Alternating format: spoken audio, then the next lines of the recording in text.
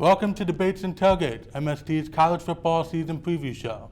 We'll discuss some of the storylines headed into the upcoming season and make a few predictions of our own at the end of the show. I'm Neel Madhavan, and we're joined by two of our resident college football experts here at MST. First, by way of Ann Arbor and East Lansing, Michigan, Tony Garcia, thanks for joining us. Tony, you're from Ann Arbor and you went to Michigan State. How did that happen?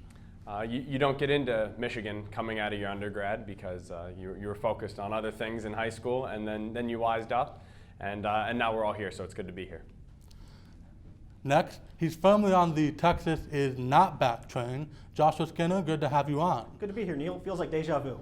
So what's your issue with Sam Ehlinger and the Longhorns? I actually don't have an issue with Sam Ehlinger. My issue is with the team. When you're 104th in the nation in yards per carry, you have 2 losses last season to teams 500 or under, and you still somehow find your way into the top 10. There's something wrong there, and they lose 8 starters on defense, so hey. Since we're here in Chicago in the heart of Big Ten country, we'll start there. Urban Meyer is gone from Ohio State, and it seems like both sides of the conference are up for grabs. Purdue and Nebraska are on the rise, and teams like Northwestern, Wisconsin, Michigan State, and Penn State could challenge Ohio State and Michigan for the title. Meyer's absence means it could be a put-up or shut-up year for Jim Harbaugh and the Wolverines. Guys, is this finally Michigan's year in the Big Ten? Tony, we'll start with you. All right, this is right where we want to begin. Can you bring that in a little closer there in the back? So I just want to make sure you can hear something. Can we hear this?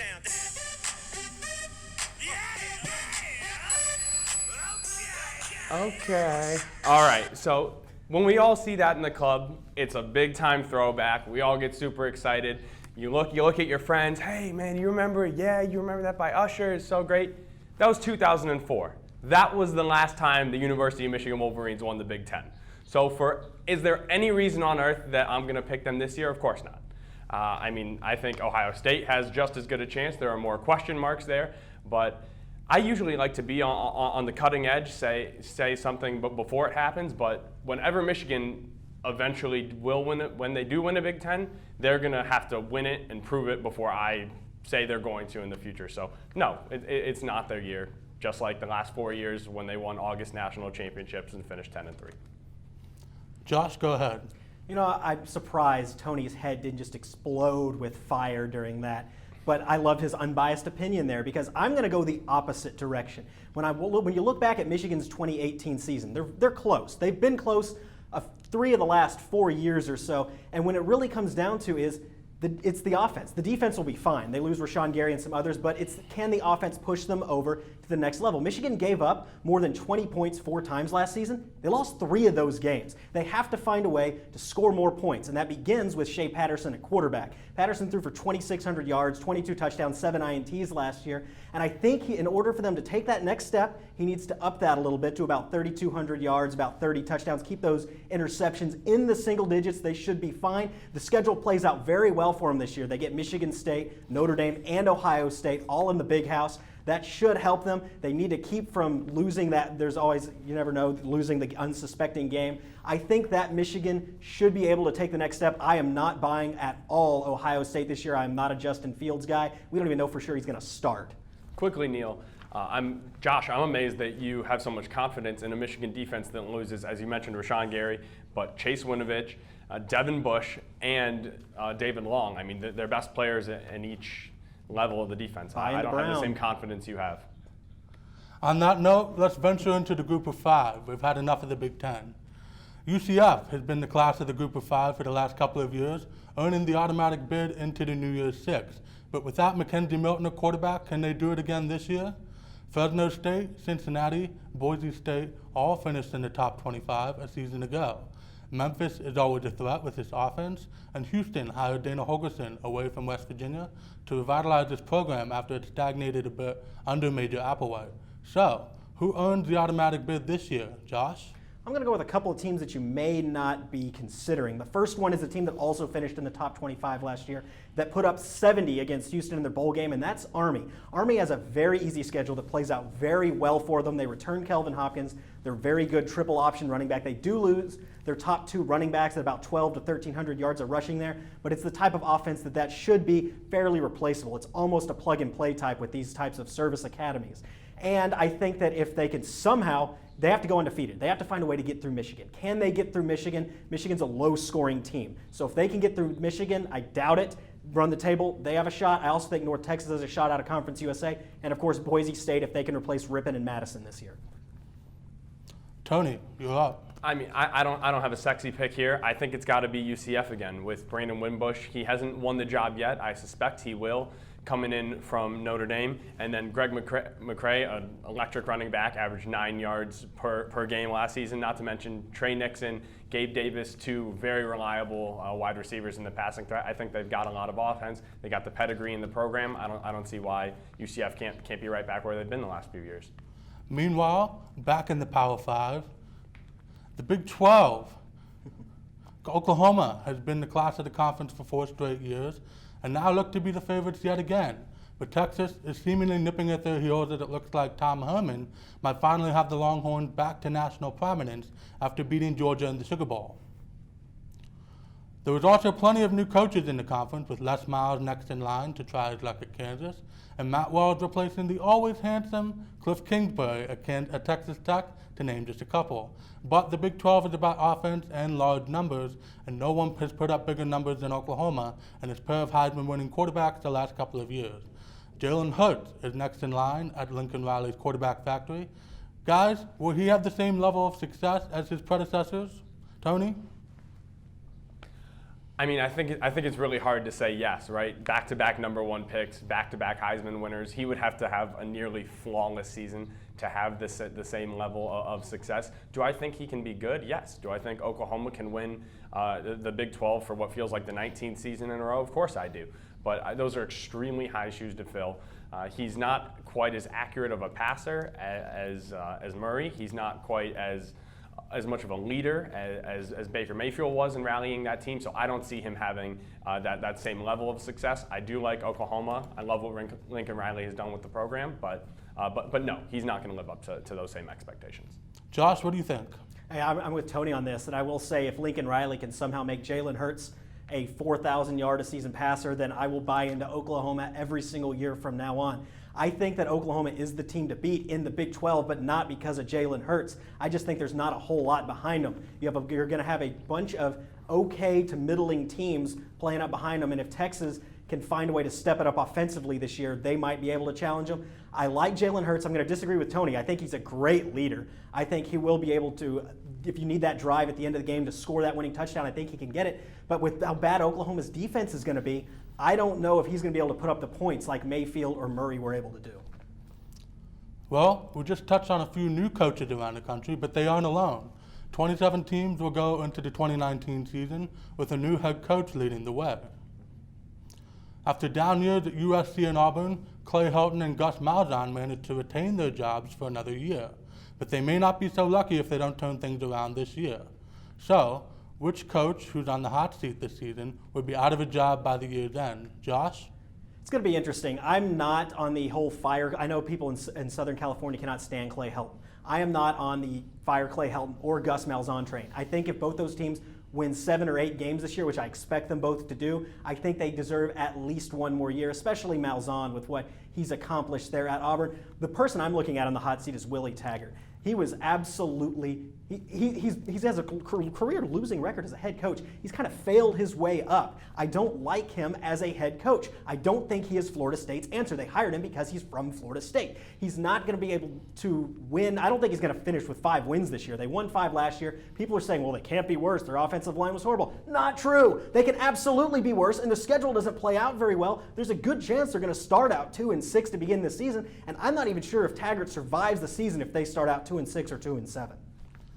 Tony, your thoughts? Josh, that's a great name, but the only thing that is about college football is this right here. It's a big money business. Willie Taggart has an $18 million buyout. He's not going anywhere in the middle of this year. I like the idea of Clay Helton. I think it could be him, but I'm with you. I think USC can have a winning season and start riding that ship back to where they were. I'm going to go with sort of a smaller school, Randy Edsall at UConn. 4-20 in 2 seasons in his second time around, but really he's wholly underwhelmed.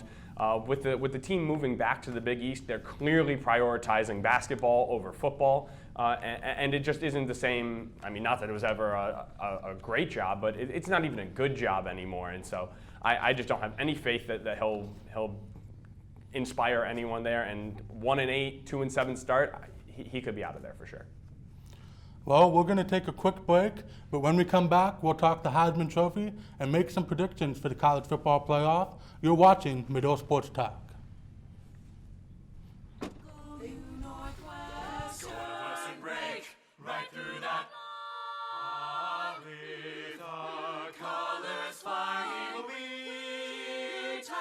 Cheer you all to go. Go you Northwestern, fight for the sweet victories, for the fame of our fair name, and go Northwestern, win that game. Welcome back to Debates and Tailgates. Alabama and Clemson have dominated the college football playoff since its inception. Both the Crimson Tide and the Tigers have won 2 national championships.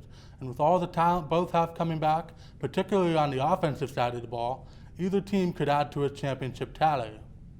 Guys, are we looking at another Bama-Clemson showdown, or will someone dethrone them this year?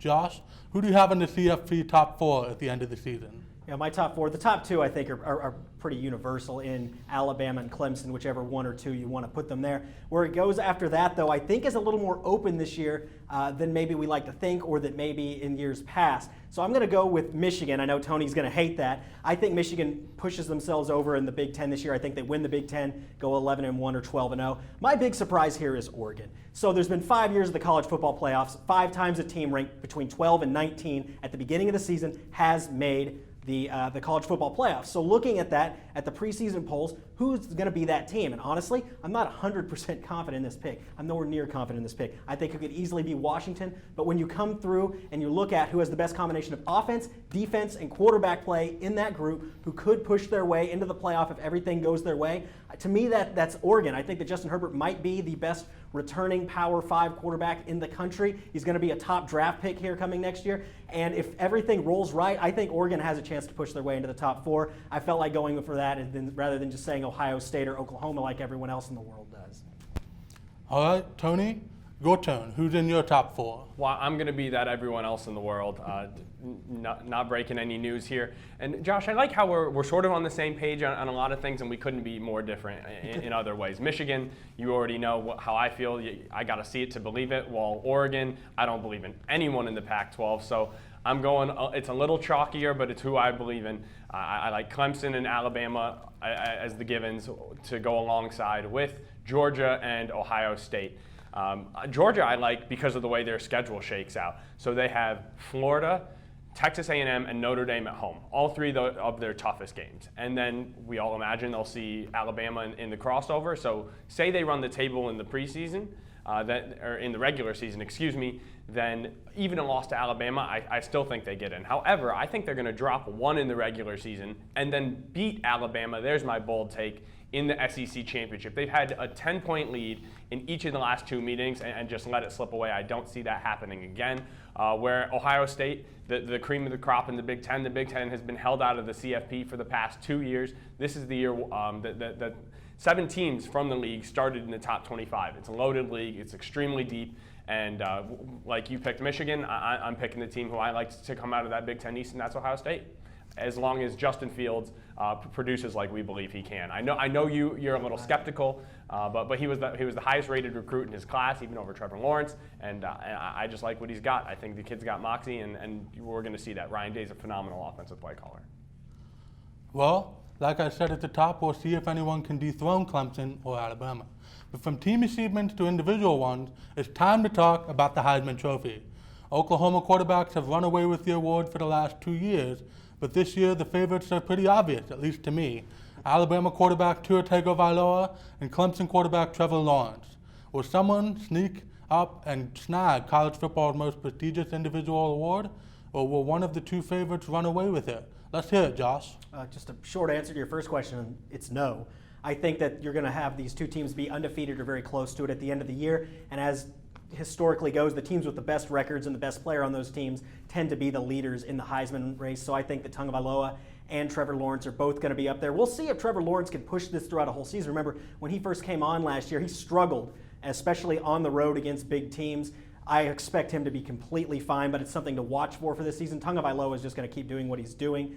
And if you're looking for someone on the outside coming in, again, I'm going to go back to Oregon with Justin Herbert. I think that he has a chance to, with what he can do, both running and passing. And if Oregon can find a way to even go 10-2 this year, I think he might be able to push his name into that third spot on the Heisman list. And if one of those top guys goes down early in the season, you might see him push his way even further up. Back to you, Tony. Who you got? Well, Justin Herbert was someone I was considering, and Trevor Lawrence is the runaway favorite right now, going off at plus 225. Tagovailoa closer to plus 1,200 with the Sharks in Vegas. But I like Jake Fromm, and because, I mean, it's a simple equation when it comes to the Heisman. Numbers plus wins equals Heisman. And let me read you some numbers that he had last year. 67% completion percentage, 30 touchdowns, 6 picks.